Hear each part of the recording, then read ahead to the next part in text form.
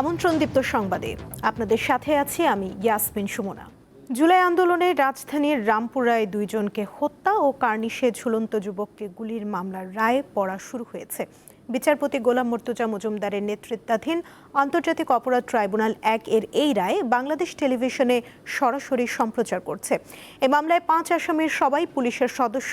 এর মধ্যে কেবল রামপুরা পুলিশ ফাঁড়ির সাবেক এএসআই চঞ্চল চন্দ্র সরকার গ্রেফতার রয়েছেন। বাকি ৪ জন হলেন ঢাকা মহানগর পুলিশের ডিএমপি সাবেক কমিশনার হাবিবুর রহমান, খিলগাঁও জোনের সাবেক এডিসি মোহাম্মদ রাশেদুল ইসলাম, রামপুরা থানার সাবেক ওসি মোহাম্মদ মশিউর রহমান ও রামপুরা থানার সাবেক এসআই তারিকুল ইসলাম ভূঁইয়া। রাষ্ট্রপক্ষ এই মামলায় সর্বোচ্চ শাস্তি চেয়েছে, তবে আসামিদের নির্দোষ দাবি করেছেন তাদের আইনজীবীরা। আন্তর্জাতিক অপরাধ ট্রাইব্যুনালে রয়েছেন সহকর্মী মাহিদুর রহমান, তিনি যোগ দিচ্ছেন আরো তথ্য নিয়ে। মাহিদুর, রায় ঘোষণার সবশেষ কি তথ্য রয়েছে আপনার কাছে জানাবেন? সুমনা, আজকে কিন্তু ঠিক দুপুর ১২টা বেজে এই মামলার রায় পড়া শুরু হয়েছে। মামলার আনুষ্ঠানিকতা কিন্তু বিটিভিতে সরাসরি সম্প্রচার করা হচ্ছে।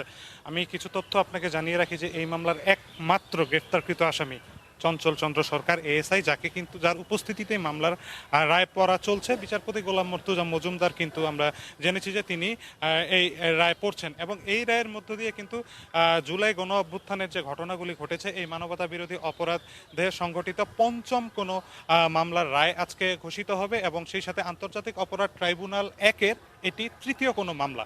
এবং এই মামলায় যে ৫ জন আসামি রয়েছে, এই ৫ জন আসামির মধ্যে প্রধান আসামি করা হয়েছে ডিএমপির সাবেক কমিশনার হাবিবুর রহমান হাবিবকে। তিনি কিন্তু ইতিমধ্যে অন্য একটি মানবতা বিরোধী মামলার রায়ে কিন্তু মৃত্যুদণ্ডপ্রাপ্ত আসামি, অর্থাৎ চানখারপুলে শিক্ষার্থী আনাস সহ যে ৬ জনকে হত্যা করা হয়েছিল, সেই হত্যা মামলার কিন্তু তিনি পলাতক রয়েছেন, তিনি মৃত্যুদণ্ডপ্রাপ্ত আসামি। আজকেও কিন্তু তারই বিরুদ্ধে রায় ঘোষণা করতে যাচ্ছে। তো এই ঘটনার যদি একটু আমি আপনাকে জানাতে চাই যে ঘটনাটি ঘটেছিল ২০২৪-এ গণ অভ্যুত্থান চলাকালীন ১৯শে জুলাই ৩টি ঘটনা এখানে ঘটেছে। এই ৩টি ঘটনাকে কেন্দ্র করে ৩টি অভিযোগের ভিত্তিতে কিন্তু এই মামলার অভিযোগপত্র দাখিল করে প্রসিকিউশন। তার মধ্যে আমির হোসেন নামের এক যুবককে একটি কার্নিশে ঝুলে থাকা অবস্থায় তাকে ৬ রাউন্ড গুলি করা হয়।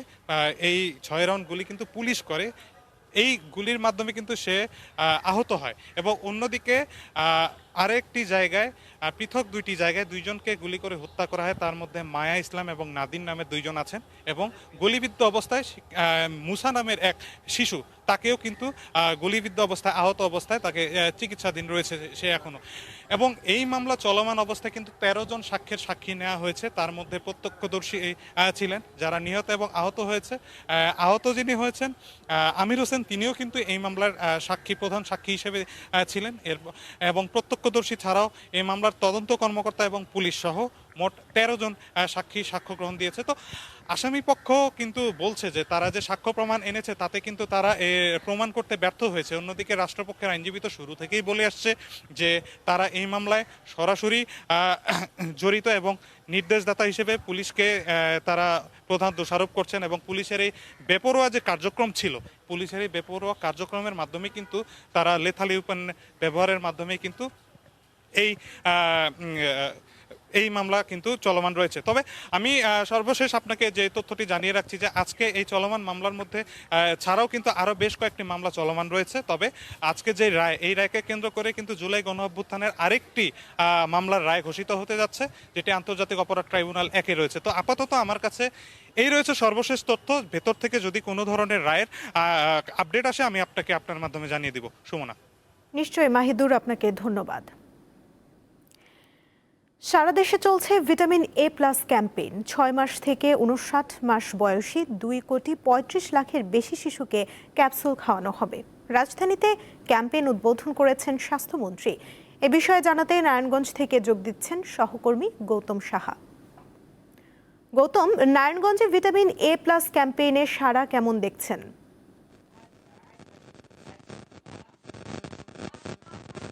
সকাল থেকে ভিটামিন এ প্লাস ক্যাম্পে নারায়ণগঞ্জের নাসিক এবং উপজেলা ভিত্তিক যে কেন্দ্রগুলি রয়েছে সেখানে কিন্তু উৎস উদ্দীপনার মাধ্যমে টিকা দিতে আসছে শিশুরা, তার দেখা যাচ্ছে। এবং নারায়ণগঞ্জে নাসিক এলাকায় ১,৪০,১১ জনকে এবার টিকা দেওয়া হচ্ছে। মূলত ছয় থেকে 1 বছর যে বয়স রয়েছে তাদের নীল টিকাটা দেওয়া হচ্ছে, এবং 1 বছরের অধিক যে 5 বছর পর্যন্ত তাদের কিন্তু লাল টিকাটা দেওয়া হচ্ছে। আমাদের যে বিষয়টি জানিয়েছেন নাসিকের ডাক্তার, তিনি যে বিষয়টি জানিয়েছেন, এবার 146টি কেন্দ্রে কিন্তু একযোগে সকাল 8টা থেকে টানা বিরতিহীনভাবে বিকেল পর্যন্ত এই টিকা তারা কিন্তু দিচ্ছেন। কিছুক্ষণ আগে বৃষ্টি হয়েছে, বৃষ্টির এর জন্য কিন্তু কিছুটা মানুষজন আসা কিন্তু কম ছিল। এখন যেহেতু বৃষ্টি শেষ হয়েছে, সেই সাথে সাথে কিন্তু মানুষের আনাগোনা কিন্তু বাড়ছে, টিকা দিচ্ছেন, এবং সেই সাথে আমরা যে বিষয় মানুষের ভিড় কিন্তু আমরা দেখতে পাচ্ছি, তাদের সন্তানদের নিয়ে আসছেন। মূলত তারা যে বিষয় জানিয়েছেন, নাসিকের যে ডাক্তার রয়েছেন, এ প্লাসের যে ভিটামিন এ প্লাসের যে সমস্যা রয়েছে তার প্রতিরোধমূলক কিন্তু এই শিশুদের কিন্তু আজ টিকা খাওয়ানো হচ্ছে। প্লাস এই যে টিকাটি রয়েছেন, এবং এটি কিন্তু বিভিন্ন সেশনের মাধ্যমে প্রত্যেকটি শিশুকে কিন্তু তারা এই টিকাটা কিন্তু নিশ্চিতভাবে দেওয়ার যে ব্যবস্থা করেছেন বলে আমার জানিয়েছেন, এবং তাদের কাছে পর্যাপ্ত টিকা তাদের রয়েছে বলে জানিয়েছেন। এবং এখন পর্যন্ত যারা এখানে স্বাস্থ্যকর্মী রয়েছেন এবং বিভিন্ন উপজেলার যে কমপ্লেক্সগুলি রয়েছেন এবং শহরের যে খানপুর হাসপাতাল এবং শহরের ভিক্টোরিয়া জেনারেল 100 হাসপাতালে কিন্তু টিকা দেওয়া হচ্ছে, এবং সেই সাথে নাসিকের যে ওয়ার্ডগুলি রয়েছে সেই কাউন্সিলরদের কার্যালয়ের এখানে কিন্তু আমরা দেখতে পাচ্ছি টিকা দিচ্ছেন। আমি এখন দাঁড়িয়ে আছি নারায়ণগঞ্জের 12 নং ওয়ার্ডের যে টিকা কেন্দ্রটি রয়েছে, এখানে নাসিকের যে স্বাস্থ্যকর্মীরা রয়েছে তারা কিন্তু শিশুদের টিকা খাওয়াচ্ছে। আমরা যে বিষয়টি দেখতে পাচ্ছি, এক এক করে তাদের বাচ্চাকে নিয়ে আসা হচ্ছে, এবং যারা স্বাস্থ্যকর্মী রয়েছে তারা কিন্তু টিকা খাওয়াচ্ছে। মূলত 6 থেকে 11 মাস বয়সী যারা রয়েছে তাদের কিন্তু 11 মাস বয়সী যারা রয়েছে তাদের কিন্তু সেই শিশুকে নীল টিকাটা দেওয়া হচ্ছে, এবং তার অধিক যারা 5 বছর রয়েছে তাদের কিন্তু লাল টিকাটা খাওয়ানো হচ্ছে। এবং আজকে নারায়ণগঞ্জে 1,40,011 জনকে টিকা খাওয়ানো হচ্ছে, এবং সকাল 8টা থেকে বিকাল 4টা পর্যন্ত এই বিরতিহীনভাবে কিন্তু এই ভিটামিন এ প্লাস ক্যাম্পিং টিকা প্রদান কিন্তু কর্মসূচি চলবে বলে আমাদের জানিয়েছেন। এই ছিল আসলে আমার কাছে এখন পর্যন্ত টিকাদান কর্মসূচির সর্বশেষ তথ্য। নারায়ণগঞ্জ থেকে জানাচ্ছিলেন সহকর্মী গৌতম সাহা। পটুয়াখালীর 1,829টি কেন্দ্রে চলছে ভিটামিন এ প্লাস ক্যাম্পেইন। এ বিষয়ে তথ্য নিয়ে যুক্ত রয়েছেন সহকর্মী মোহাম্মদ ইমরান। কথা বলবো তার সঙ্গে। ইমরান, পটুয়াখালীতে ভিটামিন এ প্লাস ক্যাম্পেইন কতটা সফলভাবে চলছে বিস্তারিত জানাবেন। সুমনা, সারা দেশের ন্যায় পটুয়াখালীর 1829টি কেন্দ্রে কিন্তু একযোগে ভিটামিন এ প্লাস ক্যাম্পেইন শুরু হয়েছে। সকালে আমরা দেখেছি যে জেলার মা ও শিশু কল্যাণ কেন্দ্রে জেলা প্রশাসক মোহাম্মদ শহীদ হোসেন চৌধুরী এবং civil surgeon doctor Khalidur Rahman মিয়া কিন্তু এই কার্যক্রমের উদ্বোধন করেছেন। এরপরে থেকেই আমরা দেখেছি জেলার প্রতিটি হাসপাতাল, বিশেষ করে এই জেলার কিন্তু অস্থায়ী কেন্দ্র রয়েছে 8টি এবং স্থায়ী কেন্দ্র রয়েছে 8টি এবং অস্থায়ী কেন্দ্র রয়েছে 1823টি। এসব কেন্দ্রে কিন্তু একযোগে ভিটামিন এ প্লাস ক্যাম্পেইন শুরু হয়েছে। আপনি আমার পিছনে দেখতে পাচ্ছেন এখন কিন্তু এখানকার যে স্বাস্থ্যকর্মীরা রয়েছে এবং তারা কিন্তু এখন এই কেন্দ্রে কিন্তু তারা ভিটামিন এ প্লাস ক্যাপসুল কিন্তু খাওয়াচ্ছেন। আমরা সকাল থেকে দেখেছি এখানে যে শিশুরা রয়েছে, বিশেষ করে 6 থেকে 11 মাসের যে শিশু রয়েছে, এই সকল শিশুদের নীল রঙের ক্যাপসুল কিন্তু খাওয়ানো হচ্ছে, এবং 12 মাস থেকে 59 মাস পর্যন্ত যে শিশুরা রয়েছে তাদের কিন্তু লাল রঙের ক্যাপসুল খাওয়াচ্ছে। আমরা এখানকার জেলা স্বাস্থ্য বিভাগের পক্ষ থেকে আমরা জানতে পেরেছি জেলার কিন্তু প্রায় 2,53,000 শিশুকে কিন্তু এই ক্যাপসুল খাওয়ানো হবে। সকাল 8টায় কিন্তু এই কার্যক্রমে শুরু করা হয় এবং বিকাল 4টা পর্যন্ত কিন্তু একযোগে এই কার্যক্রম চলবে। আমরা দেখেছি শুধু এই বিভিন্ন জেলার যে হাসপাতাল বা উপজেলা হাসপাতালগুলোই নয়, জেলার যে সকল স্বাস্থ্যকেন্দ্র, উপজেলা স্বাস্থ্যকেন্দ্র, উপস্বাস্থ্যকেন্দ্র, ক্লিনিক এবং প্রতিটি ওয়ার্ডেও কিন্তু এই কার্যক্রম কিন্তু চলছে, সেটা কিন্তু আমরা লক্ষ্য করেছি। এবং আমরা সকাল থেকে দেখেছি এখানে বিশেষ করে সাধারণ মানুষ, বিশেষ করে শিশু এবং হচ্ছে যারা শিশুদের অভিভাবকরা রয়েছে তাদের কিন্তু হাসপাতাল বা এই কেন্দ্রগুলোতে কিন্তু এক ধরনের ভিড় আমরা সকাল থেকে লক্ষ্য করেছি। সকাল থেকে আমরা দেখেছি লাইনে দাঁড়িয়ে থেকে এই কেন্দ্রগুলোতে তারা কিন্তু এই ক্যাপসুল শিশুদেরকে ক্যাপসুল খাওয়ানোর জন্য অভিভাবকরা এসেছেন, সেটা কিন্তু আমরা লক্ষ্য করছি। এবং এখানকার যে স্বাস্থ্য বিভাগ রয়েছে তাদের সঙ্গে আমরা কথা বলেছি। আজ কিন্তু একযোগে 2,53,000 শিশুকে এই ভিটামিন A+ ক্যাপসুল খাওয়ানোর লক্ষ্যমাত্রা কিন্তু তারা নির্ধারণ করছে। তো আসলে সুমনা, পটুয়াখালী থেকে আমার কাছে এই ছিল সর্বশেষ। ইমরান, ধন্যবাদ আপনাকে। খাগড়াছড়ির বিভিন্ন পাহাড়ে 35,000 পরিবার ঝুঁকিপূর্ণভাবে বসবাস করছে। এর মধ্যে পৌর এলাকায় রয়েছে প্রায় 3,500 পরিবার। ফলে বর্ষাকালে পাহাড় ধসের ঘটনা ঘটছে। খাগড়াছড়ি সদরের শালবন, কদমতলী, কুমিল্লাটিলা, মোল্লাপাড়া, কলাবাগান, নেন্সিবাজার, কৈবল্যপীঠ ও সবুজবাগ এলাকায় জীবনের ঝুঁকি নিয়ে বসবাস করছেন অনেক মানুষ। তাদের বেশিরভাগই ছিন্নমূল। পাহাড় ধসের দুর্ঘটনা থেকে তাদেরকে রক্ষায় জেলা প্রশাসন মাঝে মধ্যে মাইকিং করে থাকে। ঝুঁকিপূর্ণ স্থানে বসবাসকারীদের নিরাপদ স্থানে সরে যেতে অনুরোধ করা হলো। গত কয়েকদিনের টানা বৃষ্টিতে জেলার বিভিন্ন এলাকায় ছোট বড় পাহাড় ধসের ঘটনা ঘটেছে। অবশ্য এতে কেউ হতাহত হয়নি। কোথাও জায়গা না পেয়ে বাধ্য হয়ে পাহাড়ে ঝুঁকিপূর্ণভাবে থাকতে হচ্ছে বলে জানান বাসিন্দারা। সরকারের কাছে পুনর্বাসনের দাবি তাদের। প্রতি বছর আমাদের মাটি ভাঙি পড়ে, ঘরে রাতে থাকে, ভয় হয়। পাহাড়ের উপরে ঘর করছি, সিমেন্টের বস্তা টস্তা দিয়ে আটকে রাখছি। বৃষ্টি আসলে মোটামুটি ঝুঁকিপূর্ণতে থাকি আমরা। পরিবেশ কর্মীরা বলছেন, পাহাড় কেটে অপরিকল্পিত বসতঘর নির্মাণের কারণে ভূমি ধসের ঘটনা ঘটছে।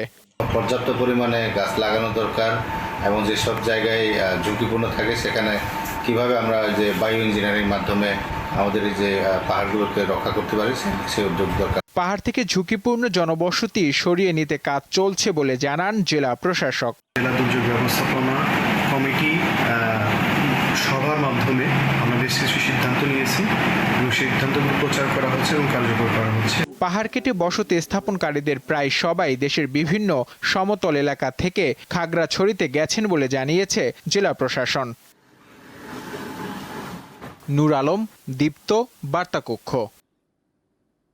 এবারে থাকছে উদ্দীপ্ত যা কিছু ভালো ও উদ্দীপনার।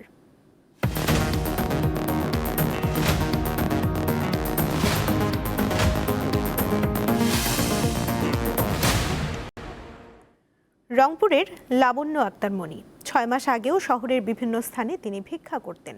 সে পথ ছেড়ে এখন নতুন স্বপ্ন দেখছেন তৃতীয় লিঙ্গের লাবণ্য। তিনি এখন সফল মুদি দোকানি। 2016 সালে তৃতীয় লিঙ্গের পরিচয় পাওয়ায় বাসা থেকে বের করে দেয়া হয় লাবণ্যমণিকে। হতাশা আর বুক ভরা কষ্ট নিয়ে চলে আসেন রংপুর শহরে। সেখানেই দেখা হয় অন্যদের সাথে। তাদের সাথেই ভিক্ষাবৃত্তি করে কেটে যায় 10 বছর। তবে আর ভিক্ষাবৃত্তি নয়, অন্যদের মতো বাঁচতে চান লাবণ্য। হিজড়া সম্প্রদায়ের সহযোগিতায় 3 মাস আগে গড়ে তোলেন মুদি দোকান, যাতে এই দোকানটা দিয়ে আমি ভালো কোনো কিছু করে দেখাতে পারি এই সমাজের মানুষকে। অভিশাপটা আমাদের জীবনে লেগে আছে, যাতে ওটার দ্বিতীয়বার কখনো আমার জীবনে না আসে। অদম্য ইচ্ছাশক্তি আর ভালোবাসায় মুদি দোকান নিয়ে স্বপ্ন পূরণ করার পাশাপাশি বাকি সঙ্গীদেরও নিজেকে বদলানোর বার্তা দিচ্ছেন তিনি। আজকে আমি লাবণ্য সব ছেড়ে যেমন কর্মমুখী হয়েছি, আজকে যদি আমার পাশে দাঁড় হয় 10 জন, তখন কিন্তু ওটা দেখবে আমার আরো 10টা বোনেরা, 10টা মায়েরা। দেখার পর কি হবে, ওদের মনে কিন্তু সাহস জাগবে। রংপুর নগরীর রেলওয়ে কলোনিতে মুদি দোকান নিয়ে সাড়া ফেলেছেন লাবণ্যমণি। আমরা লাবণ্য আপাকে দেখছি এখানে খুব সুন্দরভাবে, মনে করে এখানে আমাদেরকে বলতেছে, ভাই আমি এখানে একটা দোকান করব, দোকান করিয়ে এখানে ব্যবসা প্রতিষ্ঠান করি আমি খাবো। এখন উনি এসব থেকে বের হয়ে নিজের একটা ছোটোখাটো ব্যবসা প্রতিষ্ঠান দিয়েছেন। হ্যাঁ, এতে শুধু আমি না, আমাদের এলাকার অনেকে অনেক খুশি। আগে যে তালি দিছে তালি, আর এনকে তো তালি নাই, এনকে তালি ছাড়া এটা কত ভালো হয়েছে। ভিক্ষাবৃত্তি ছেড়ে সফল ব্যবসায়ী হওয়ায় লাবণ্যমণি তৃতীয় লিঙ্গের জন্য অনুপ্রেরণার। সাদিয়া চৌধুরী, দীপ্ত, বার্তাকক্ষ। নরসিংদীতে কুকুরের গলায় দড়ি দিয়ে ইট বেঁধে নদীতে ফেলে দেওয়ার ঘটনায় আরও ব্যবস্থা নেওয়ার নির্দেশ দিয়েছেন।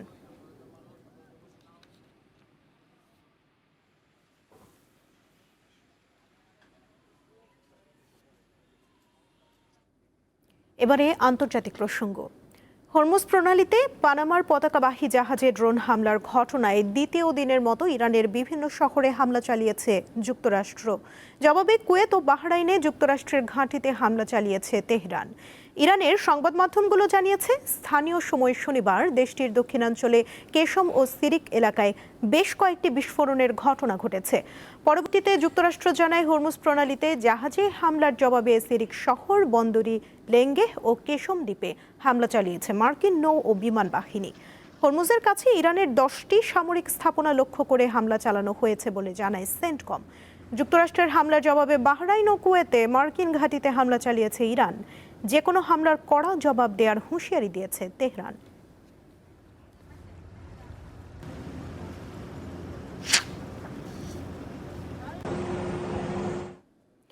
এই ছিল এখনকার মতো। পরবর্তী সংবাদ দুপুর 2টায় দেখার আমন্ত্রণ রইল। এছাড়া আরও তথ্য পেতে যুক্ত থাকুন দীপ্ত ডিজিটাল প্ল্যাটফর্মের সাথে। ধন্যবাদ।